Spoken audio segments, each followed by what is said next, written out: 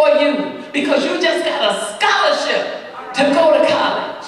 Well, why you going to college anyway? Just stay here with us. Scroll, select, delete.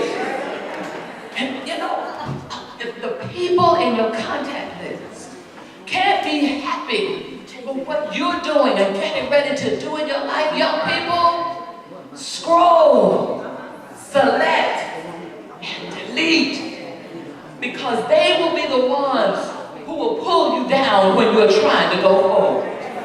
They'll be the ones to entice you to do things that you know you're not supposed to do.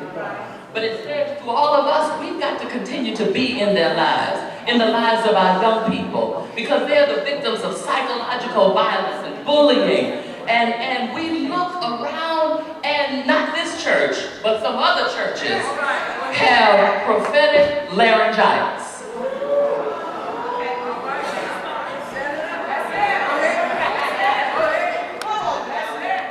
Prophetic laryngitis. We see everything, but we're not saying anything, and we're not doing anything. And God is calling us in this generation, this moment in time, to do great things. We've got to stand up and speak out and be fearless, even when the odds are against you. But we have to know that no weapon formed against us will be able to prosper. We will fulfill our destiny and rekindle the spirit of Esther that says, if I perish, then let me perish, but I'm not going down without a fight. It's not in the Bible either, but I know that translation is there.